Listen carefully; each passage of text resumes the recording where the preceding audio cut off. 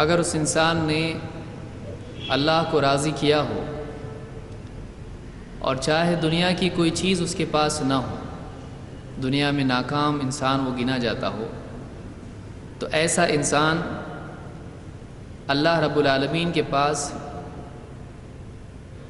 آخرت کے اعتبار سے جنت کا حقدار ہو جائے گا۔ اور جو انسان اللہ کی طرف سے جنت پا لے، یہ سارے انسانوں میں کامیاب انسان ہے۔ اللہ تعالیٰ نے قرآن کریم میں فرمایا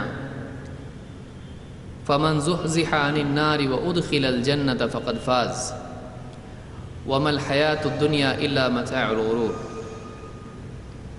کہ جو آدمی جہنم سے بچا لیا گیا اور جنت میں داخل کر دیا گیا تو یہی وہ انسان ہے جو کامیاب ہے، اور دنیا کی زندگی ایک دھوکے کی متاع کے سوا اور کچھ بھی نہیں۔ دنیا کی ساری نعمتیں اپنی لذتوں اور اپنی رونق کے ساتھ فنا ہونے والی ہیں۔ چاہے ایک انسان 100 سال کی عمر پالے یا 1000 سال کی عمر پالے، اس کو دنیا چھوڑ کر جانا ہے۔ یہ ساری نعمتیں اس سے چھوٹنے والی ہیں، اور ایک دن آنے والا ہے جس میں انسان اللہ رب العالمین کے سامنے اپنی ساری زندگی کے لیے جواب دینے کے لیے کھڑا ہوگا۔ اس وقت انسان کو احساس ہوگا کہ دنیا میں جو کچھ اس نے کمایا تھا وہ دنیا میں رہ گیا۔ دنیا کی ساری عزتیں، ساری ڈگریاں، سارے مال و متاع، یہاں کے گھر بار، یہاں کی بڑی بڑی عمارتیں، یہاں کے سارے بینک بیلنس، یہ ساری چیزیں اس کے کچھ کام نہیں آئیں۔ وہاں جانے کے بعد احساس ہوگا کہ اصل چیز اللہ کا دین تھا، اگر دین زندگی میں ہوتا تو کامیاب ہو جاتا۔ اگر ایمان و اعمال کے بغیر ایک انسان دنیا سے چلا جائے تو ایسا انسان آخرت کی دنیا میں ناکام انسان ہے۔ لیکن اگر وہی انسان دنیا میں ایمان اور عمل کے ساتھ چلا جائے، اپنے عقائد کی اصلاح کر لے، اپنے اعمال کو اللہ کی مرضی کے مطابق اور اللہ کے نبی صلی اللہ علیہ وسلم کی سنتوں کے مطابق ڈھال لے، تو ایسا انسان دنیا میں بھی کامیاب ہے اور آخرت میں بھی کامیاب ہے۔ لہٰذا دین کا زندگی میں ہونا بہت ضروری ہے۔ بغیر دین کے ایک انسان اللہ کے ہاں کامیاب نہیں ہے۔ اسی مقصد سے ان مجلسوں کا انعقاد یہاں پر ہوتا ہے، اور مردوں کے لیے، خواتین کے لیے دینی دروس ہوتے ہیں۔ ان میں مقصود یہی ہے کہ ایک انسان اپنے دین کو بصیرت کے ساتھ سیکھے، اس کی زندگی میں اللہ کا دین آئے، اس کے عقائد کی اصلاح ہو، اس کے اعمال سنت کے مطابق ہوں، اور دینی مجالس میں بیٹھنے کی برکت سے اس کے ایمان کو تازگی ملے۔ لہٰذا خواتین کے لیے خصوصاً یہ سلسلہ جاری ہے، اور خواتین اسلام اس عنوان کے تحت ایک مختصر سا نصاب ہے جس میں صرف عورتوں سے متعلق احادیث ہیں۔ ان احادیث میں خواتین کی فضیلت، ان کی ذمہ داریاں، ان کی بعض کمیاں اور ان کے حقوق، اس سے متعلق بعض احادیث جمع کی گئی ہیں۔ لہٰذا یہ سلسلہ رمضان سے پہلے جاری تھا اور رمضان میں اس کو روک دیا گیا تھا۔ اب یہی سلسلہ انشاءاللہ دوبارہ جاری کیا جائے گا، اور آج اس سلسلے میں پہلا درس ہے۔ اللہ سے دعا کرتا ہوں، اللہ سے امید ہے کہ اللہ تعالیٰ اس سلسلے کو مزید جاری رکھے گا۔ اللہ تعالیٰ ہم سب کو ان مجلسوں میں حاضر ہونے کی اور اس سے پوری طرح سے فائدہ اٹھانے کی توفیق عطا فرمائے۔ عن ابی سعید الخدری رضی اللہ عنہ جاءت امرأة الى رسول اللہ صلی اللہ علیہ وسلم فقالت یا رسول اللہ ذهب الرجال بحديثك فاجعل لنا من نفسك يوما نأتيك فيه تعلمنا مما علمك اللہ۔ ابو سعید خدری رضی اللہ تعالیٰ فرماتے ہیں کہ ایک عورت اللہ کے رسول صلی اللہ علیہ وسلم کے پاس آئی اور کہا، اے اللہ کے رسول، مرد آپ کی باتیں لے جاتے ہیں، یعنی مرد ہی آپ کی باتیں سیکھتے ہیں، آپ کی باتیں مردوں ہی کو نصیب ہوتی ہیں۔ فَاجْعَلْ لَنَا مِن نَفْسِكَ يَوْمًا نَأْتِيكَ فِيهِ، آپ اپنی طرف سے ایک دن ہمارے لیے مقرر کر دیں جس میں ہم آپ کے پاس آیا کریں، تُعَلِّمُنَا مِمَّا عَلَّمَكَ اللَّهُ، تاکہ آپ جو کچھ اللہ نے آپ کو سکھایا ہے اس میں سے ہمیں بھی سکھائیں۔ فقال اجتمعنا فی یوم کذا وکذا فی مکان کذا وکذا، آپ نے فرمایا کہ تم فلاں دن اور فلاں جگہ پر تم سب جمع ہو جانا۔ فاجتمعنا، فرماتی ہیں کہ لہٰذا وہ عورتیں فلاں جگہ پر فلاں صحابیہ کے گھر پر فلاں دن جمع ہو گئیں۔ فأتاہن رسول اللہ صلی اللہ علیہ وسلم فعلمہن مما علمہ اللہ، فرماتی ہیں کہ پھر اللہ کے رسول صلی اللہ علیہ وسلم ان کے پاس، ان خواتین کے پاس تشریف لے گئے اور آپ نے جو کچھ اللہ نے آپ کو سکھایا تھا اس میں سے انہیں سکھایا۔ ثم قال ما منکن امرأۃ تقدم بین یدیہا من ولدہا ثلاثۃ الا کان لہا حجابا من النار، کہ تم میں سے جو کوئی عورت جس نے اپنے آگے اپنی اولاد میں سے 3 بچے بھیج رکھے ہوں تو یہ بچے اس کے لیے جہنم کی آگ سے آڑ بن جائیں گے، رکاوٹ بن جائیں گے۔ یعنی جس عورت کے 3 بچے وفات پا چکے ہوں، ان کی موت ہو گئی ہو، اور اگر وہ عورت اس پر صبر کر لیتی ہے تو یہ 3 بچے قیامت کے دن جہنم کی آگ سے اس کے لیے بچاؤ بنیں گے۔ فقالت امرأۃ منہن، ان عورتوں میں سے ایک عورت نے کہا، یا رسول اللہ او اثنین، اے اللہ کے رسول 3 کی بات تو سمجھ میں آتی ہے، اگر 2 بچے ہوں تب بھی؟ قال فأعادتها مرتين، اس عورت نے 2 بار یہ سوال پوچھا۔ ثم قال واثنین واثنین واثنین، اللہ کے نبی صلی اللہ علیہ وسلم نے فرمایا، ہاں 2 بھی 2 بھی 2 بھی، یعنی اگر 2 بچے بھی ہوں کہ کسی عورت کے 2 بچے وفات پا چکے ہوں تو اس عورت کو ان کی وفات پر صبر کرنے پر بدلہ ملے گا، اور اللہ کے ہاں یہ بچے اس کے لیے جہنم سے بچاؤ کا ذریعہ بنیں گے۔ اس حدیث کو امام البخاری نے اور اسی طرح سے امام مسلم نے روایت کیا ہے۔ اس حدیث میں کئی باتیں ہمارے سامنے آتی ہیں۔ سب سے پہلی بات دیکھنے کو ملتی ہے کہ اللہ کے نبی صلی اللہ علیہ وسلم کے زمانے میں عورتوں کا دین سیکھنے کے اعتبار سے کیا مزاج تھا۔ عورتوں کو یہ احساس ہوا کہ اللہ کے نبی صلی اللہ علیہ وسلم صبح و شام مردوں کے ساتھ مسجد میں بیٹھتے ہیں اور مرد آپ سے دین کی باتیں سیکھتے ہیں، مرد آپ سے دین کی باتیں سیکھتے ہیں، اور خواتین آپ کے ساتھ اٹھتی بیٹھتی نہیں ہیں، لہٰذا انہیں اس بات کی تڑپ تھی کہ ہم بھی اللہ کے نبی صلی اللہ علیہ وسلم کی وہ باتیں، آپ کی احادیث، آپ کی دین کی گفتگو ہم بھی سنیں۔ یہ عورتوں میں اس زمانے میں شوق تھا کہ وہ چاہتی تھی کہ ہمارے لیے خاص طور سے ایک دن مقرر کیا جائے جس میں اللہ کے نبی صلی اللہ علیہ وسلم ہم کو دین کی باتیں سکھائیں۔ آج کا حال بہت سارے علاقوں میں اس کے برعکس دیکھنے میں آتا ہے کہ کئی دروس ہوتے ہیں، علماء دعوت دے کر خواتین کو بلاتے ہیں مساجد میں اور مختلف علاقوں میں دینی دروس کا انعقاد ہوتا ہے، لیکن خواتین کو بلانے کے باوجود بستیاں کی بستیاں ہوتی ہیں اور ان میں سے بہت ہی کم خواتین ان دینی دروس میں حاضر ہوتی ہیں۔ اس زمانے میں دین کی رغبت کیا تھی اور آج دین کے سلسلے میں لاپرواہی اور بے رغبتی آپ کے سامنے خود چھپی ہوئی نہیں، آپ کے سامنے ہے کہ بلانے کے باوجود بھی دین کے لیے مردوں کا بھی وہی حال ہے اور خواتین کا بھی وہی حال ہے۔ اس حدیث سے معلوم ہوتا ہے کہ وہاں کی عورتیں خود چاہتی تھیں، مدینہ کی عورتیں اتنی دیندار تھیں کہ وہ صرف عبادت نہیں بلکہ عبادت کے ساتھ ساتھ اللہ کے نبی صلی اللہ علیہ وسلم سے علم سیکھنے کی بھی تڑپ اور حرص رکھتی تھیں۔ اس سے بات معلوم ہوتی ہے کہ دین سیکھنا صرف مردوں کا کام نہیں ہے، بلکہ دین سیکھنا، دینی مجالس میں جانا اور علماء سے قرآن و سنت کی بات سننا یہ عورتوں کی بھی ذمہ داری ہے۔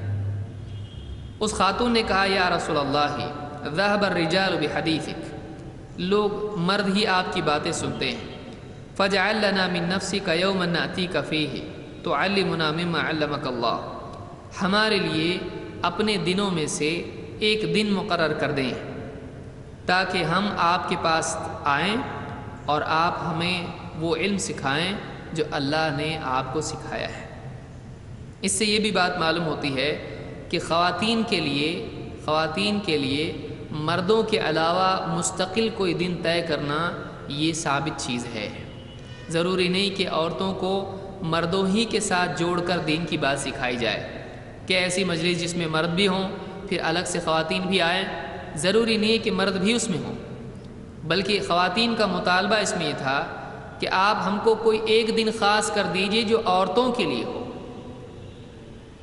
اس سے بات معلوم ہوتی کہ خواتین کے لیے الگ سے دن مقرر کیا جا سکتا ہے، اور خواتین نے اللہ کے نبی صلی اللہ علیہ وسلم سے ڈیمانڈ کی کہ ہمارے لیے دینی دروس کا سلسلہ آپ جاری کیجیے، ہمارے لیے خاص دن طے کیجیے۔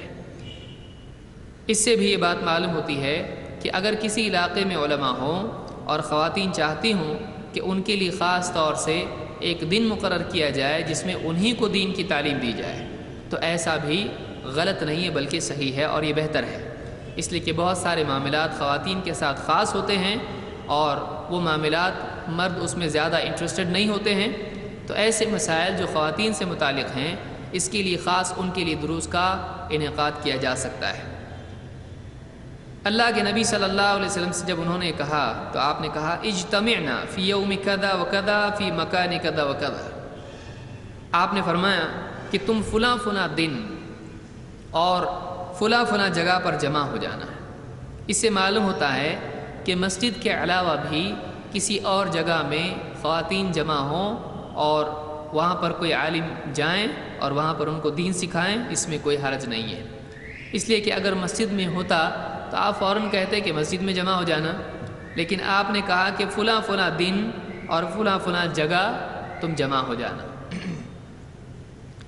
اس سے یہ معلوم ہوتا ہے کہ خواتین کے لیے مستقل کسی دن کو طے کیا جا سکتا ہے اور یہ بدعت نہیں ہے۔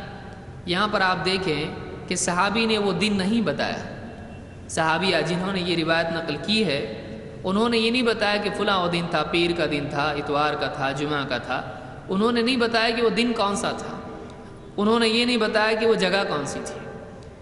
یہاں مقصود یہ ہے کہ یہ ضروری نہیں کہ فلاں ہی جگہ پر یا فلاں ہی دن پر ہو، بلکہ اپنی سہولت کے اعتبار سے کوئی بھی دن ہفتے کا اگر طے کیا جاتا ہے تو اس میں کوئی حرج نہیں ہے۔ اس سے یہ بھی بات معلوم ہوتی ہے کہ دینی تعلیم کے لیے کوئی مخصوص دن یا وقت شریعت نے طے نہیں کیا ہے کہ فلاں ہی دن دینی تعلیم ہونا چاہیے، اس کے علاوہ اگر کسی اور دن میں، کسی اور وقت میں، کسی اور جگہ میں اگر ہوتا ہے تو بدعت ہو جائے گا، ایسا نہیں ہے، بلکہ لوگ اپنی سہولت سے کوئی بھی دن دینی تعلیم کے لیے طے کر سکتے ہیں۔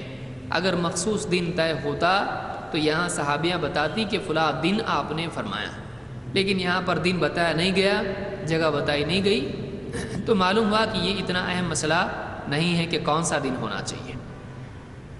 فاجتمعنا، عورتیں جمع ہوئیں، فأتاہن رسول اللہ صلی اللہ علیہ وسلم، تو اللہ کے رسول صلی اللہ علیہ وسلم خود ان کے پاس تشریف لے گئے۔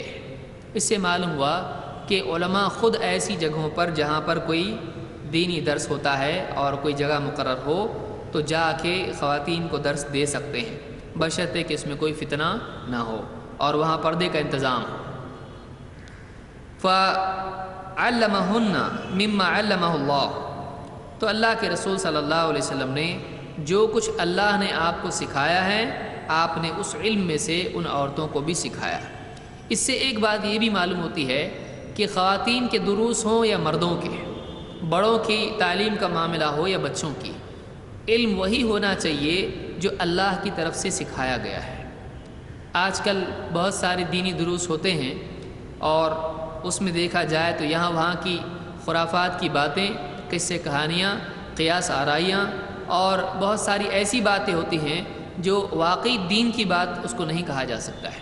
جھوٹی حدیثیں بیان کرنا، جھوٹے واقعات بیان کرنا، 11 بیویاں 12 بیویاں ان کے قصے اور لکڑہارے کا قصہ اور اس طرح کی بہت ساری خرافات خواتین میں چلتی رہتی ہیں۔ تو یہاں پر مقصود یہ ہے کہ ایسے دینی اجتماعات میں جس میں خواتین کو جمع کیا جاتا ہے اس میں کون سے علم کی تعلیم ہونا چاہیے۔ صحابیہ کہتی ہیں کہ اللہ کے نبی صلی اللہ علیہ وسلم نے جو اللہ نے آپ کو سکھایا ہے اس میں سے سکھایا، تو معلوم ہوا کہ علم وہی ہے جو اللہ کی طرف سے آیا ہے، جس کو رسول اللہ صلی اللہ علیہ وسلم نے سکھایا ہے۔ فَعَلَّمَهُنَّ مِمَّا عَلَّمَهُ اللَّهُ ثُمَّ قال، پھر آپ نے ان باتوں میں سے ایک بات یہ بھی کہی، کیا کہا؟ آپ نے فرمایا مَا مِنْكُنَّ امْرَأَةٌ تقدم بین یدیہا من ولدہا ثلاثۃ الا کان لہا حجابا من النار۔ اگر کوئی عورت اپنی اولاد میں سے 3 بچے اپنے آگے بھیج دیتی ہے، 3 بچے اپنے آگے بھیج دیتی ہے۔ اپنے آگے بھیجنے سے مراد یہاں پر کیا ہے؟ اپنے آگے بھیجنے سے مراد یہ ہے کہ اس عورت کی زندگی میں اس کے 3 بچوں کی موت ہو چکی ہو، گویا کہ یہ اپنے سے آگے اپنے بچوں کو بھیجنا ہے۔ اگر ایک عورت جس کے بچے وفات پا چکے ہوں، فوت ہو گئے ہوں، اگر وہ اس نگاہ سے اس کو دیکھے کہ میرے بچے مجھ سے پہلے جا رہے ہیں، آخرت میں جا کر میری ملاقات موت کے بعد مجھ سے ہوگی، اگر اس نگاہ سے وہ دیکھے تو صبر کرنا اس کے لیے آسان ہو جاتا ہے۔ آپ نے فرمایا اپنے آگے 3 بچے بھیج دے، الا کان لہا حجابا من النار، تو وہ 3 بچے اس عورت کے لیے جہنم سے حجاب ہو جائیں گے، جہنم سے بچاؤ اور پردہ اور آڑ ہو جائیں گے، یعنی وہ بچے اس کے لیے جہنم سے بچنے کا ذریعہ بنیں گے۔ فقالت امرأۃ منہن، ان عورتوں میں سے ایک عورت نے کہا یا رسول اللہ او اثنین، اے اللہ کے رسول کیا 2 بھی؟ اور 2 مرتبہ اس نے سوال پوچھا کہ 2 بھی، یعنی اگر 3 بچے اس کے لیے جہنم سے آڑ بنتے ہیں، اگر کسی عورت کے 2 ہی بچے فوت ہوئے ہوں تو کیا یہ 2 بچے بھی اس کے لیے جہنم سے بچاؤ بنیں گے؟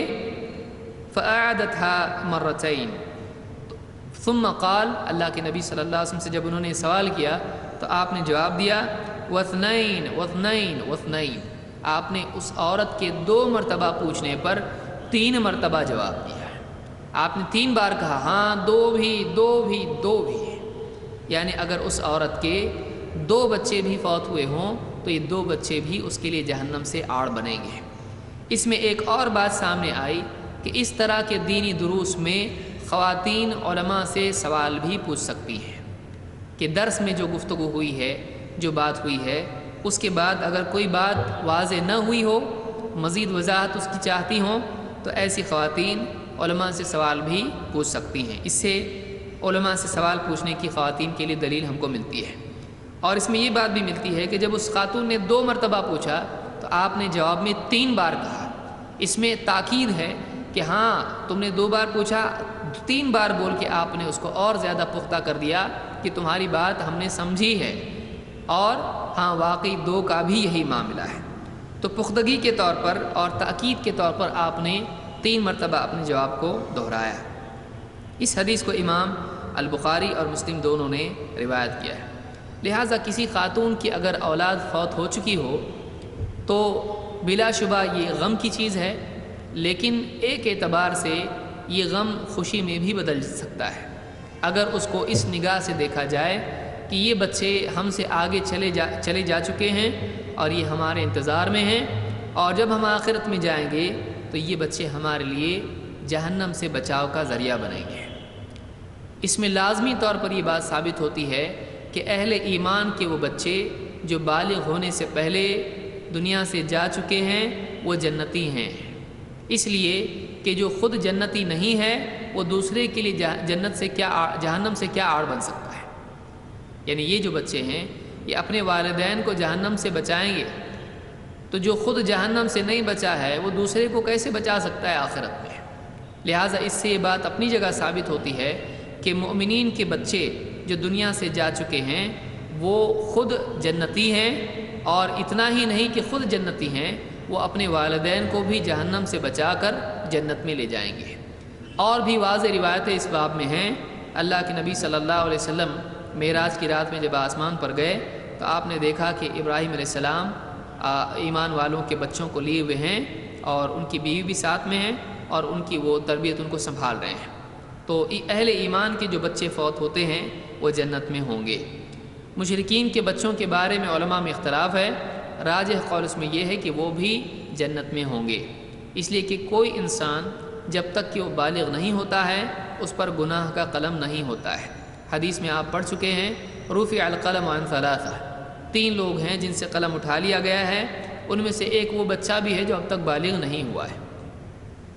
وعن الصبی حتی یحتلم کے الفاظ حدیث میں ہیں کہ وہ بچہ جو اب تک کہ اس کو احتلام نہیں ہوا ہے، یعنی وہ بالغ نہیں ہوا ہے، تو اس پر کوئی گناہ نہیں ہوتا ہے۔ اور یہ بات معلوم ہے کہ کوئی آدمی بغیر گناہ کے جہنم میں نہیں جاتا ہے۔ جب اس پر گناہ نہیں ہے تو اس کو جہنم میں ڈالنے کے کوئی معنی نہیں ہے۔ اور اسلام میں یہ قرآن میں اللہ نے خود فرمایا ہے کہ ان اللہ لا یظلم مثقال ذرہ، اللہ تعالیٰ ذرہ برابر بھی ظلم نہیں کرتا ہے۔ تو اللہ تعالیٰ بڑوں پر ظلم نہیں کرتا ہے تو اللہ بچوں پر ظلم کیسے کر سکتا ہے؟ لہٰذا یہ کئی اور دلائل ہیں جس سے معلوم ہوتا ہے کہ مشرکین کے بچے ہوں یا اہل ایمان کے بچے ہوں یہ جہنمی نہیں ہیں۔ یہ حدیث نمبر 22 تھی۔ اب ہم اگلی حدیث دیکھتے ہیں کہ اس میں کیا بات بیان ہوئی ہے۔ اس سے پہلے کہ میں اگلی حدیث بیان کروں، پچھلی حدیث میں جو بات آئی ہے کہ وہ ان کے لیے جہنم سے آڑ بنیں گے، اس میں یہ بھی بات ہے کہ والدین کو چاہیے کہ اپنی اولاد کی وفات پر صبر کریں۔ بہت سارے لوگ ان کے گھر میں اگر کسی بچے کی وفات ہوتی ہے تو اللہ تعالیٰ کی شان میں گستاخی کرنے لگتے ہیں کہ اس بچے کا کیا قصور تھا، اللہ نے کیوں اس کو موت دی ہے۔ کبھی بچہ بیماری کی وجہ سے مرتا ہے تو اور بھی زیادہ ان کی شکایت اللہ سے بڑھ جاتی ہے۔ وہ یہ سمجھنے لگتے ہیں کہ اللہ تعالیٰ اتنے برے برے لوگ دنیا میں ہیں، اس معصوم بچے کو اللہ نے کیوں سزا دی۔ یاد رکھیں، کسی بچے کو اگر اللہ تعالیٰ دنیا سے اٹھا لیتا ہے تو یہ اس بچے کے لیے خیر ہوتی ہے۔ اگر وہ بچہ دنیا میں جیے اور کل کو جا کے گناہ گار بن کے مرے، ہو سکتا ہے وہ جہنم میں جائے، نہ وہ خود اپنی نجات کا حقدار ہوگا نہ اپنے والدین کے لیے نجات کا سبب بنے گا۔ تو اگر کسی بچے کو اب اللہ تعالیٰ دنیا سے اٹھا لیتا ہے تو یہ اللہ کی حکمت سے اور اللہ کی رحمت سے ہوتا ہے، یہ اللہ کا ظلم نہیں ہے، نعوذ باللہ، اللہ تعالیٰ کسی پر ظلم نہیں کرتا ہے۔ تو اگر کوئی انسان صبر نہ کرے، اللہ تعالیٰ کی شکایت کرے، تو اللہ تعالیٰ کی طرف سے ملنے والے اجر سے محروم ہو جاتا ہے۔ جو بھی اجر کے وعدے ہیں وہ صبر کرنے پر ہیں، لہٰذا ایمان والوں کو صبر کرنا چاہیے۔ بہرحال پچھلی حدیث میں ہم نے دیکھا کہ خواتین میں علم کا جذبہ ہونا چاہیے، اور عرب کے اس ریگستان میں، اس علاقے میں جہاں پر کوئی یونیورسٹی نہیں تھی، وہاں پر خود اللہ کے نبی صلی اللہ علیہ وسلم کی زیر تربیت مرد بھی تھے اور عورتیں بھی ہوا کرتی تھیں۔ وہ اللہ کے نبی صلی اللہ علیہ وسلم سے براہ راست علم حاصل کرنے کی شوقین تھیں۔ یہ بات آج بھی ہونا چاہیے، اور دینی مجالس میں بھی اور انفرادی سطح پر بھی عورتیں اللہ کے نبی صلی اللہ علیہ وسلم سے علم کی باتیں پوچھا کرتی تھیں، جن میں پیش آپ کی بیویاں بھی تھیں۔ اللہ کے نبی صلی اللہ علیہ وسلم کی ازواج مطہرات بھی اسی طرح علم کا شوق رکھتی تھیں جیسے دوسری عورتوں کو تھا، بلکہ ان کے مقابلے میں ان کا شوق زیادہ تھا۔ ابن ابی ملیکہ تابعی ہیں، کہتے ہیں ان عائشہ زوج النبی صلی اللہ علیہ وسلم كانت لا تسمع شيئا لا تعرفه الا راجعت فيه حتى تعرفه۔ فرماتے ہیں کہ عائشہ رضی اللہ تعالیٰ عنہ اللہ کے نبی صلی اللہ علیہ وسلم کی زوجہ محترمہ، آپ کی بیوی، كانت لا تسمع شيئا لا تعرفه الا راجعت فيه حتى تعرفه۔ کوئی بات جب اللہ کے نبی صلی اللہ علیہ وسلم سے سنتی تھیں اور وہ بات ان کی سمجھ میں نہیں آتی تو وہ اس کو واپس سے پوچھتی یہاں تک کہ وہ بات واقعی سمجھ میں آ جاتی ہے۔ یعنی آپ صلی اللہ علیہ وسلم سے حضرت عائشہ اس وقت تک وہ بات پوچھتی رہتی جب تک کہ وہ بات ٹھیک سے سمجھ میں نہیں آتی ہے۔ وَأَنَّ النَّبِيَّ صلی اللہ علیہ وسلم قال، من حوسب عذب، اللہ کے نبی صلی اللہ علیہ وسلم نے ایک مرتبہ فرمایا جس کا حساب لیا گیا اس کو عذاب دیا جائے گا۔ من حوسب عذب، جس کا محاسبہ ہوگا اس کو عذاب ہوگا۔ قالت عائشہ نے پوچھا فقلت اولیس یقول اللہ تعالی فسوف یحاسب حسابا یسیرا، اے اللہ کے رسول، اللہ تعالیٰ نے کیا یہ نہیں کہا ہے کہ فسوف یحاسب حسابا یسیرا، کہ اس انسان سے آسان حساب لیا جائے گا، یعنی نجات پانے والے سے آسان حساب لیا جائے گا۔ تو جو آدمی نجات پانے والا ہے اس سے تو اللہ تعالیٰ نے آسان حساب کی بات کی ہے، تو حساب کے باوجود بھی تو مغفرت ہو سکتی ہے۔ تو آپ یہ کیسے کہہ رہے ہیں؟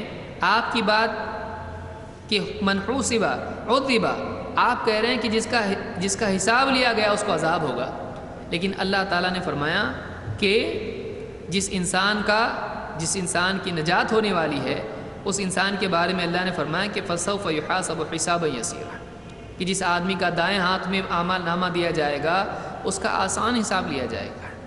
ظاہر بات ہے کہ جس کا نامہ اعمال دائیں ہاتھ میں ہوگا وہ نجات پانے والوں میں سے ہوگا۔ تو بظاہر آپ کی بات الگ ہے اور اللہ کی بات الگ ہے، یہ سمجھ میں نہیں آ رہا ہے۔ اس کی تفصیل کیا ہے؟ فرماتی ہیں فقال انما ذلك العرض، اللہ کے نبی صلی اللہ علیہ وسلم نے فرمایا یہ تو پیشی ہے، یہ جو آسان حساب کی بات اللہ تعالیٰ نے فرمائی ہے یہ تو پیشی ہے، یعنی یہ بندے کے سامنے اس کے سارے اعمال پیش کیے جائیں گے کہ تو نے ایسا کیا اور ایسا کیا، اور بندہ اس کا اقرار کر لے گا، اس کو چھوڑ دیا جائے گا، اس کا حساب ادھیڑا نہیں جائے گا، بلکہ اس کو بتا دیا جائے گا کہ تو نے ایسا کیا ہے نا، وہ کہے گا ہاں میں نے ایسا کیا ہے، بس اس کے سارے اعمال اس کے سامنے رکھے جائیں گے۔ یہاں پر حساب پوچھا نہیں جائے گا کہ تو نے ایسا کیوں کیا، یہاں پر بس اتنا ہوگا کہ تو نے ایسا کیا ہے، ٹھیک ہے کیا ہے، ہاں وہ کہے گا میں نے کیا ہے۔ تو آپ نے فرمایا انما ذلك العرض ولكن من نوقش الحساب یہلک، آپ نے فرمایا لیکن وہ آدمی جس کا حساب ادھیڑا گیا ایسا آدمی ضرور ہلاک ہوگا۔ اس کو امام البخاری اور مسلم دونوں نے روایت کیا ہے۔ اس حدیث میں کئی باتیں معلوم ہوتی ہیں۔ نمبر 1، اگر کوئی بات علم کی سمجھ میں نہ آئے تو اس کو یوں ہی سن نہیں لینا چاہیے۔ بہت سارے لوگ دینی دروس میں بیٹھتے ہیں اور شروع سے اخیر تک درس سنتے ہیں، اور اس کے بعد پوچھا جائے درس کیسا تھا، بہت زبردست تھا، کیا اس میں ہوا سمجھ میں نہیں آیا۔ تو بہت سارے لوگوں کو درس کا انداز اسی پر نگاہ ہوتی ہے اور درس کے الفاظ اور اس کے معنی اس پر ان کا دھیان نہیں ہوتا ہے، لہٰذا ان کو بات یاد نہیں رہتی ہے، اور جو بات یاد رہی وہ سمجھ میں نہیں آتی ہے، بس بولنے والے کا جوش ان کو یاد رہ جاتا ہے۔ تو بہت سارے لوگوں کا حال یہ ہوتا ہے کہ چاہے وہ درس ہو یا اکیلے میں کوئی سمجھائی ہوئی بات ہو، اس بات کو وہ اگر ٹھیک سے نہیں سمجھتے ہیں تو سمجھنے کی دوبارہ کوشش نہیں کرتے ہیں۔ یہ طریقہ مردوں کا تو چھوڑیے، مدینہ کی عورتوں کا بھی نہیں تھا۔ مدینہ کی عورتیں بھی ایسی تھیں کہ اگر کوئی بات ان کو نہیں سمجھ میں آتی تو وہ اس کو سمجھنے کی کوشش کرتی تھی۔ ان میں ایک مثال عائشہ رضی اللہ تعالیٰ عنہ کی ہیں، جو خود اللہ کے نبی صلی اللہ علیہ وسلم کی بیوی ہونے کے ساتھ ساتھ آپ کی شاگرد، آپ کی طالب علم طالبہ تھیں، وہ آپ سے دین سیکھتی تھیں، لہٰذا آپ صلی اللہ علیہ وسلم کوئی بات ان کے سامنے اگر دین کی کرتے اور وہ اس کو نہیں سمجھ پاتی تو دوبارہ اس بارے میں مزید سوالات کرتی تاکہ بات اچھی طرح سے سمجھ میں آئے۔ تو یہ ابن ابی ملیکہ کہتے ہیں کہ کانت لا تسمع شیئا لا تعرفہ، لا تعرفہ کا مطلب ہے لا تفہمہ، کہ وہ اس کو نہیں سمجھتی الا راجعت فیہ حتی تعرفہ، کہ وہ دوبارہ اس مسئلے پر رجوع کرتی، اللہ کے نبی صلی اللہ علیہ وسلم سے دوبارہ پوچھتی جب تک کہ وہ سمجھ میں نہیں آتا، جب سمجھ میں آ جاتا تو پوری بات سمجھ میں آتی اور اب پھر سوال چھوڑ دیتی۔ بہت سارے لوگ باتیں سمجھنے کے بعد بھی سوالات پوچھتے ہیں، یہ مناسب نہیں ہے۔ بہت سارے لوگ فتویٰ شاپنگ کرتے ہیں، کیسے؟ ایک عالم صاحب سے پوچھا حلال ہے کہ نہیں ہے، اب عالم صاحب نے کہا کہ نہیں ہے، اب سوچا کہ ارے یہ تو حرام کہہ رہے ہیں، اب دوسرے مفتی صاحب سے پوچھتے ہیں، تو وہ بھی اتنا پوچھتے رہتے ہیں یہاں تک کہ کوئی نہ کوئی حلال کہنے والا ان کو مل جاتا ہے۔ تو ایسا نہیں کرنا چاہیے۔ ایک انسان کو جب قابل اعتماد عالم سے بات سمجھ میں آ جائے، دلیل سامنے آ جائے، تو پھر اس نیت سے دوسرے سے نہیں پوچھنا چاہیے کہ اپنی مرضی کے مطابق جواب ملے۔ ہاں، اگر مزید وضاحت کے لیے کسی دوسرے عالم سے پوچھتے ہیں تو اس میں کوئی حرج نہیں ہے۔ اگر ایک انسان ایک عالم سے پوچھا، بات پوری طرح سے سمجھ میں نہیں آئی اور ان کے سمجھانے کے باوجود بات واضح نہیں ہو رہی ہے، پھر کسی دوسرے عالم سے جو اس سے بڑا ہو اگر پوچھتے ہیں اور بات سمجھ میں آ جاتی ہے تو اس میں کوئی حرج نہیں ہے، اس لیے کہ ایک سے زیادہ عالم سے پوچھنا غلط بات نہیں ہے۔ لیکن بہت سارے لوگوں کا مقصود یہ نہیں ہوتا ہے کہ بات سمجھ میں آئے، مقصود یہ ہوتا ہے کہ ہم جو چاہ رہے ہیں وہ جواب نہیں مل رہا ہے، تو یہ جائز نہیں ہے، یہ علم کی اتباع نہیں ہے، یہ خواہش کی اتباع ہے۔ مزید اس میں یہ ہے کہ اللہ کے نبی صلی اللہ علیہ وسلم نے فرمایا من حوسب عذب، جس کا حساب لیا گیا اس کو عذاب ہوگا۔ اس سے بات بھی معلوم ہوئی کہ قیامت کے دن انسان کا حساب ہونے والا ہے، اس سے اس کی زندگی کے بارے میں حساب لیا جائے گا۔ تو نے ایسا کیوں کیا؟ جھوٹ بولا، چوری کیا، غیبت کیا، کسی پر بہتان لگائی، نمازیں چھوڑی اور اللہ کے حکموں کو توڑا، سود لیا، دھوکہ دیا، اور اس طرح کے جتنے گناہ ہیں، کبھی اللہ کا حق ضائع کیا، کبھی بندوں کا حق ضائع کیا، کبھی ایسا کام کیا جو کرنا مناسب نہیں تھا۔ تو علم و عمل کے اعتبار سے، ایمان اور عبادات کے اعتبار سے، حقوق کے اعتبار سے ایک آدمی سے جو کوتاہیاں ہوئی ہیں، اگر وہ توبہ کرنے سے پہلے مر جاتا ہے، اگر توبہ نہیں کرتا ہے تو اس کا وہ گناہ اس کے نامہ اعمال میں باقی رہے گا، اس کا وہ گناہ اس کے اعمال نامے میں باقی رہے گا، اور قیامت کے دن اس سے اگر حساب لیا گیا، اس کا حساب ادھیڑا گیا، تو اللہ کے نبی صلی اللہ علیہ وسلم فرماتے ہیں جس کا حساب لیا گیا اس کو ضرور عذاب ہوگا۔ آپ کے اس کہنے پر حضرت عائشہ کو یہ بات پوری طرح سے سمجھ میں نہیں آئی، کیونکہ قرآن کریم میں انہوں نے پڑھ رکھا تھا فَسَوْفَ يُحَاسَبُ حِسَابًا يَسِيرًا، کہ جس انسان کا نامہ اعمال دائیں ہاتھ میں دیا گیا، سیدھے ہاتھ میں دیا گیا، اس سے آسان حساب لیا جائے گا۔ تو اب انہوں نے پوچھا کہ اللہ کے رسول فَقُلْتُ أَوَلَيْسَ يَقُولُ اللَّهُ تَعَالَى فَسَوْفَ يُحَاسَبُ حِسَابًا يَسِيرًا۔ اب دیکھیے اللہ کے نبی صلی اللہ علیہ وسلم کی بات ہے، اور پچھلے علم سے یہ بات بظاہر ٹکراتی دکھائی دے رہی ہے۔ پچھلا علم کیا ہے؟ قرآن کی آیت میں تو ایسا ہے کہ دائیں ہاتھ میں اعمال نامہ دیا گیا تو آدمی کامیاب ہوگا، لیکن پھر اس میں یہ بھی تو آ رہا ہے کہ اس سے حساب لیا جائے گا۔ فَأَمَّا فَسَوْفَ يُحَاسَبُ حِسَابًا يَسِيرًا، تو اس سے آسان حساب لیا جائے گا۔ تو جب حساب ہی عذاب کا سبب ہے تو آسان حساب کا کیا مطلب ہے؟ کیا حساب کے بعد نجات ہو سکتی ہے؟ قرآن میں تو دکھائی دے رہا ہے کہ حساب کے بعد بھی نجات ہے، اور اللہ کے نبی صلی اللہ علیہ وسلم کی بات سے لگ رہا ہے کہ حساب کے بعد عذاب ہے۔ تو بظاہر یہ دو باتیں، قرآن کی بات حدیث سے ٹکراتی دکھائی دے رہی ہے۔ تو حضرت عائشہ نے کیا کیا؟ اللہ کے نبی صلی اللہ علیہ وسلم کی بات کے سامنے اللہ کی بات رکھ کے وضاحت چاہیے۔ اس سے بعض لوگوں نے دلیل پکڑی ہے کہ حضرت عائشہ رضی اللہ تعالیٰ عنہ ان حدیثوں کو نہیں مانتی تھیں جو قرآن سے ٹکراتی ہیں۔ بہت سارے لوگ جو آج نیم منکر حدیث ہیں، سیمی منکر حدیث جس کو آپ کہہ سکتے ہیں، کہ وہ اپنی عقل سے حدیثوں کا انکار کرتے ہیں، کلیتاً پوری طرح سے حدیثوں کا انکار نہیں کرتے ہیں۔ کبھی حدیث سائنس سے ٹکرائی، حدیث چھوڑ دی، یہ حدیث سائنس سے ٹکرا رہی ہے۔ کبھی حدیث ان کی عقل سے ٹکرائی، حدیث چھوڑ دی۔ اور ان میں بھی کوئی بہت ہی اپنے آپ کو دیندار سمجھنے والا طبقہ جو ہوتا ہے، جو بہت زیادہ اپنے آپ کو قرآن سے جڑا ہوا سمجھتا ہے اور بہت زیادہ قرآن کا ماہر اپنے آپ کو سمجھتا ہے، حالانکہ قرآن کا اس کا کوئی لینا دینا نہیں ہوتا ہے۔ ایسا طبقہ آج ایک نیا پڑھا لکھا طبقہ جو صرف قرآن بغل میں دبائے گھوم رہا ہے، یہ جو طبقہ ہے یہ کہتے ہیں کہ بھائی ہم وہ حدیث نہیں مانیں گے جو قرآن سے ٹکراتی ہے۔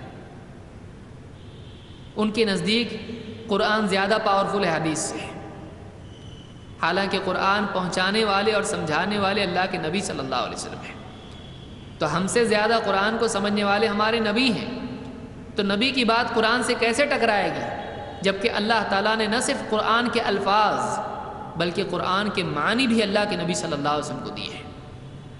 اللہ تعالیٰ نے خود فرمایا ان علینا جمعہ وقرآنہ فاذا قرأناہ فاتبع قرآنہ ثم ان علینا بیانہ، کہ قرآن کا ان علینا جمعہ وقرآنہ، اس قرآن کا آپ کے سینے میں جمع کر دینا اور اس کا پڑھوانا ہمارے ذمے ہے۔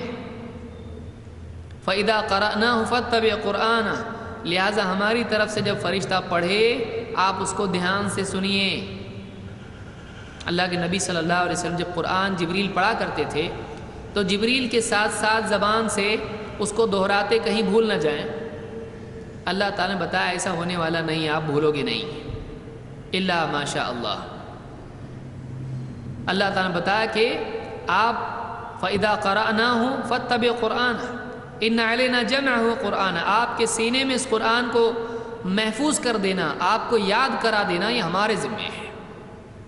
ان علینا جمعہ و قرآن، اس قرآن کا آپ کے سینے میں جمع کر دینا اور آپ کی زبان مبارک سے پڑھوا دینا، یہ ہماری ذمہ داری ہے۔ اور ایسا ہوا، آپ امی ہونے کے باوجود بھی پورے قرآن کے سب سے بہتر حافظ تھے۔ کتنی عجیب چیز ہے کہ امی ہیں اور ایک بار سن لیتے ہیں یاد ہو جاتا ہے۔ تو آپ سوچئے کہ اللہ کے نبی صلی اللہ علیہ وسلم سے اللہ نے جو یہ وعدہ کیا وہ پورا کیا ہے۔ فَإِذَا قَرَأْنَاهُ فَاتَّبِعْ قُرْآنَهُ، تو اے نبی جب ہم پڑھیں تو آپ اس کو دھیان سے سنیے، یعنی آپ زبان سے دہرائیے مت، سنیے، دھیان سے سنیے جب جبریل پڑھیں۔ ثُمَّ إِنَّ عَلَيْنَا بَيَانَهُ، پھر اس قرآن کی وضاحت بھی ہمارے ذمے ہے۔ تو معلوم ہوا کہ قرآن کریم کے الفاظ اللہ تعالیٰ کی طرف سے ہیں اور قرآن کریم کی وضاحت بیان بھی اللہ کی طرف سے ہے۔ قرآن کی نزول کے بعد قرآن کریم کی آیات کی وضاحت اور تشریح اور تفسیر آپ صلی اللہ علیہ وسلم کو اللہ نے سکھائی ہے۔ لہٰذا اس میں ٹکراؤ کیسے ہو سکتا ہے؟ کیونکہ دونوں چیزیں اللہ کی طرف سے ہیں، دونوں چیزیں اللہ کی طرف سے ہیں۔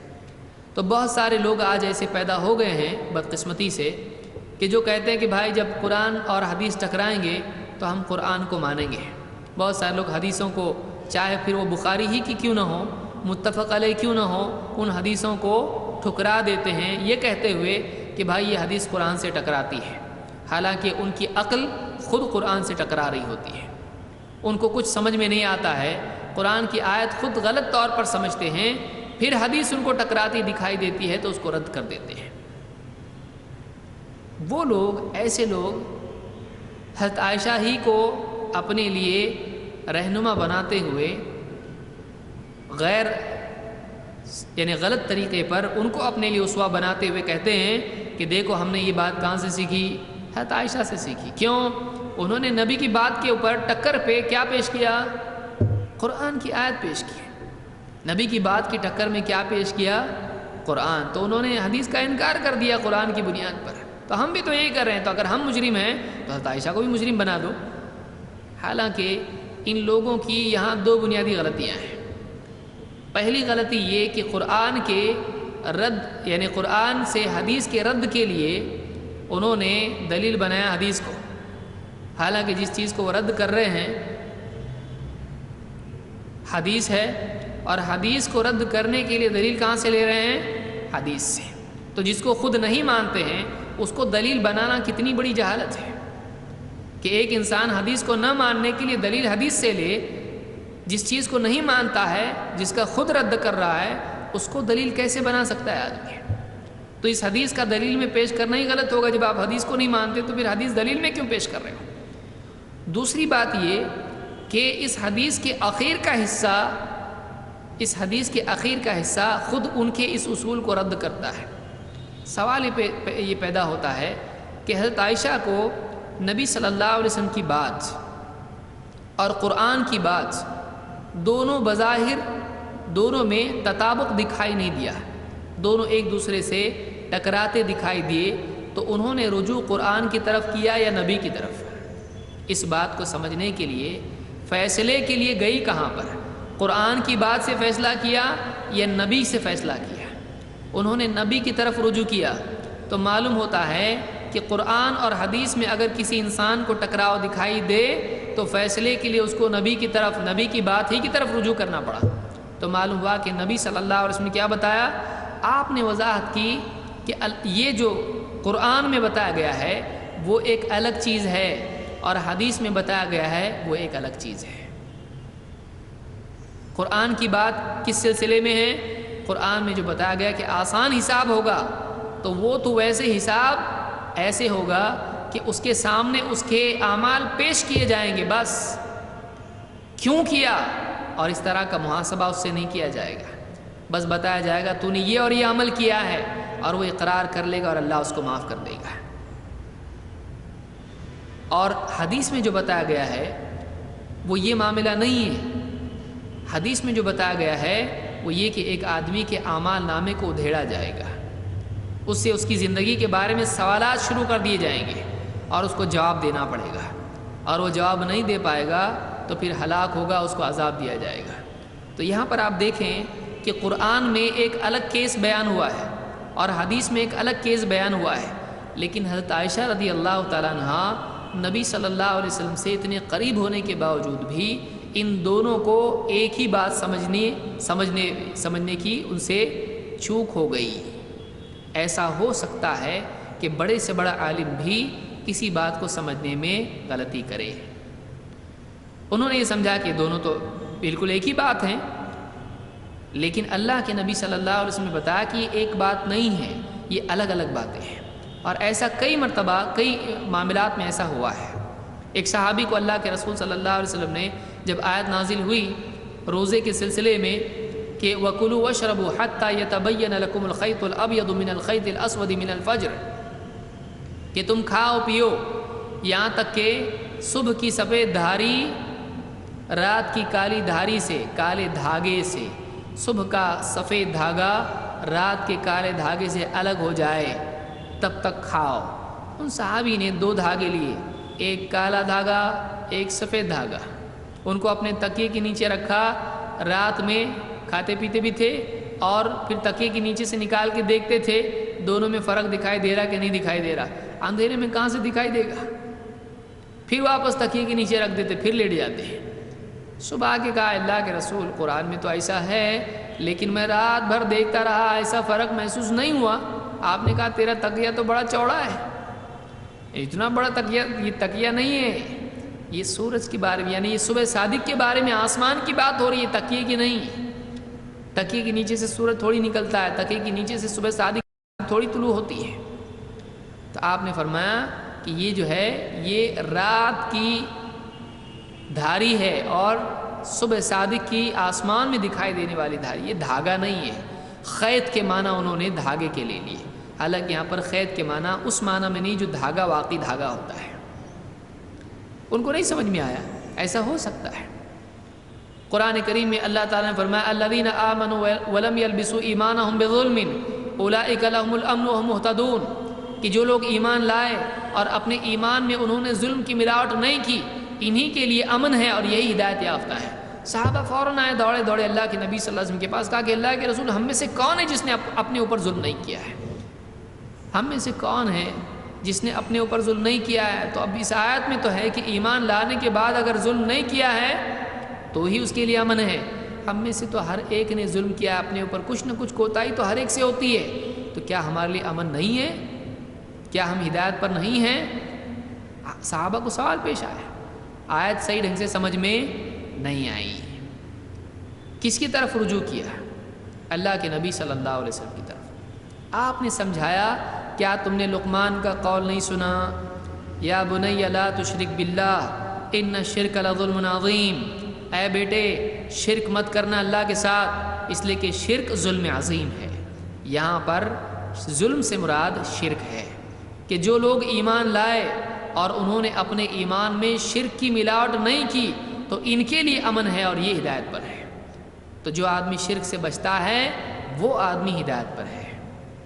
تو یہاں پر اللہ کے نبی صلی اللہ علیہ وسلم نے صحابہ کو آیت سمجھ میں نہیں آئی، آپ نے سمجھایا۔ روزے کے بارے میں سفید دھاگا کالا دھاگا آیت سمجھ میں نہیں آئی، آپ نے سمجھایا۔ حضرت عائشہ کو بھی آیت صحیح سے سمجھ میں نہیں آئی اور حدیث سننے کے بعد تو اور کنفیوز ہو گئی کہ کیا مطلب ہے، حدیث اور آیت میں کیسے جوڑا جائے۔ حضرت عائشہ منکر حدیث نہیں تھیں، اسی لیے نبی کی طرف رجوع کیا، نبی کی بات ماننے والوں میں سے تھیں۔ تو کہا کہ یہ کیا ہے، اللہ نے تو ایسا کہا ہے۔ تو آپ نے بتایا کہ یہ تو بس عرض ہے، عرض کے معنی پیش کرنا، یہ تو پیشی ہے، بندے کے سامنے اعمال رکھے جائیں گے جو اس نے کیے ہیں، اور پھر جو آدمی اس کا حساب ادھیڑا گیا، اس سے پوچھا جانے لگا تو نے ایسا کیوں کیا، یہ وہ آدمی ہے جس کے بارے میں کہہ رہا ہوں کہ من نوقش الحساب عذب، جس کا حساب ادھیڑا گیا اس کو عذاب ہونے والا ہے، وہ جواب نہیں دے پائے گا، اور نہیں دے پائے گا تو پھر عذاب دیا جائے گا، ہلاک ہوگا۔ تو اس سے معلوم ہوا کہ جب یہ بات آپ صلی اللہ علیہ وسلم نے کہی تو پھر حضرت عائشہ نے کوئی آیت پیش کی نہیں، تو فیصلہ کس کا ہوا فائنل؟ حدیث کا۔ حدیث اور آیت میں دونوں میں کنفیوژن جب پیدا ہوا تو حضرت عائشہ نے حدیث کا انکار نہیں کیا، بلکہ حدیث والے ہی سے پوچھا، نبی عربی صلی اللہ علیہ وسلم سے پوچھا کیا مطلب ہے اس کا۔ جب آپ نے جواب دیا اور سمجھایا تو فوراً حضرت عائشہ رضی اللہ تعالیٰ نے وہ بات تسلیم کر لی۔ معلوم ہوا کہ حضرت عائشہ قرآن کی بات نبی صلی اللہ علیہ وسلم سے سمجھتی تھیں۔ یہی آدمی کی شرافت ہے اس دور کے لیے بھی، کہ وہ قرآن کی بات جب سمجھ میں نہ آئے تو وہ اللہ کے نبی صلی اللہ علیہ وسلم کی حدیث کی طرف رجوع کرے، اور اگر ٹکراتی دکھائی دے حدیث قرآن سے تو فوراً حدیث کا انکار نہ کرے، بلکہ دوسری احادیث میں تلاش کرے اور حدیث کے ماہرین سے پوچھے، کیونکہ انما العلماء هم ورثۃ الانبیاء، اللہ کے نبی صلی اللہ علیہ وسلم فرماتے ہیں کہ علماء انبیاء کے وارث ہیں، علماء انبیاء کے وارث ہیں۔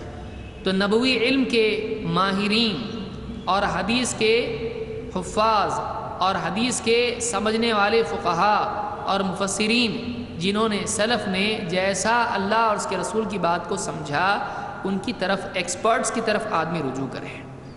سطحی مطالعہ ایک آدمی کو صحیح فہم سے محروم کر دیتا ہے، اور فہم کی غلطی بعض اوقات گمراہی اور بعض اوقات کفر تک لے جاتی ہے۔ ایک آدمی اگر صحیح ڈھنگ سے بات نہ سمجھے، کنفیوز ہو جائے، تو وہ ماننے کی چیز کا بھی انکار کر سکتا ہے، اور یہی نتیجہ ہوا ان لوگوں کا جنہوں نے قرآن کی بنیاد پر حدیثوں کا انکار کر دیا، جنہوں نے عقل کی بنیاد پر، سائنس کی بنیاد پر حدیثوں کا انکار کر دیا۔ اور انکار کا چھوٹا بھائی تأویل ہے۔ جو لوگ انکار کی ہمت نہیں کر پاتے ہیں، وہ حدیث کے معنی اپنی عقل سے بیان کرنا شروع کرتے ہیں۔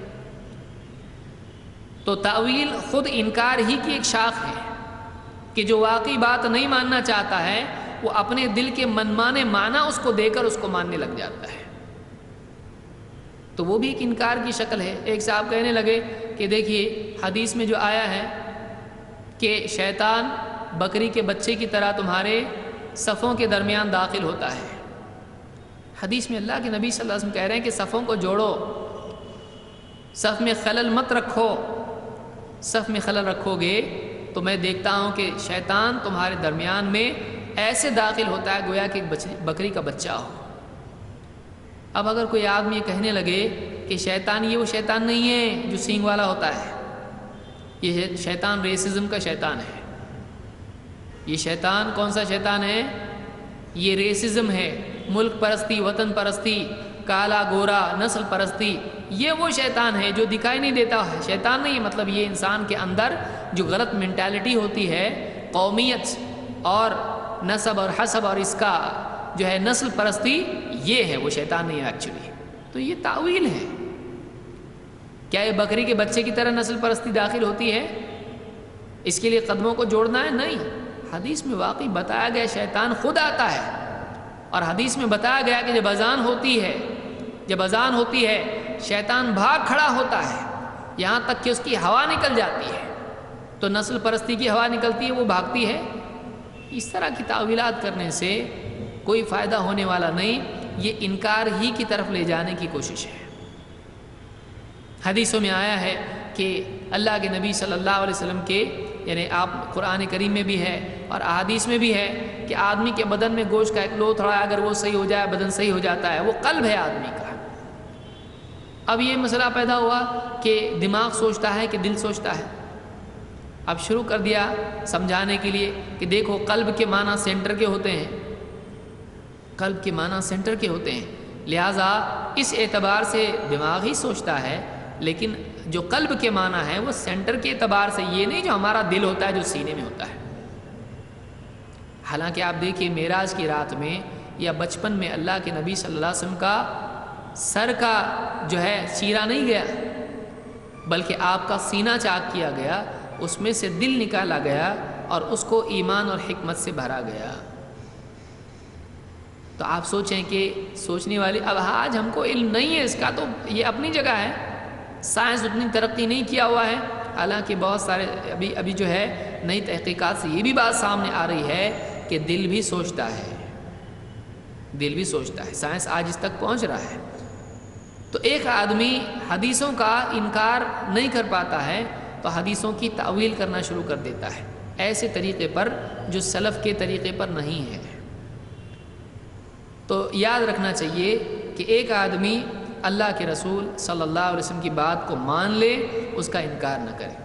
اگر اس کی سمجھ میں نہیں آ رہی ہے تو اس کا یہ مطلب نہیں ہے کہ وہ آدمی حدیث ہی کا انکار شروع کر دے. اس کی سمجھ میں نہیں آ رہا ہے، ڈاکٹر کی بات سمجھ میں نہیں آ رہی تو کیا بولتا ہے آدمی؟ ڈاکٹر غلط ہے، ان کی بات سمجھ میں نہیں آ رہی ہے تو ڈاکٹر غلط نہیں بولتا ہے آدمی، بولتا ہے بھائی ان کو زیادہ علم ہے، ہم کو کچھ معلومات نہیں ہے. ٹھیک ہے ڈاکٹر صاحب آپ کی بات صحیح.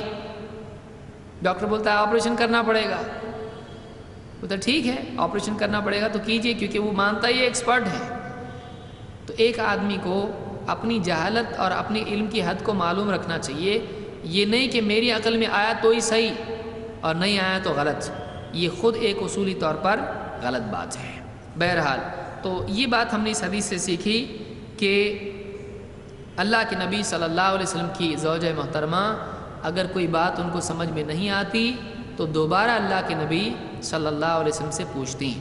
یہاں ان کو بظاہر حدیث میں اور آیت میں تعارض دکھائی دیا تو انہوں نے اللہ کے نبی صلی اللہ علیہ وسلم سے مزید وضاحت طلب کی.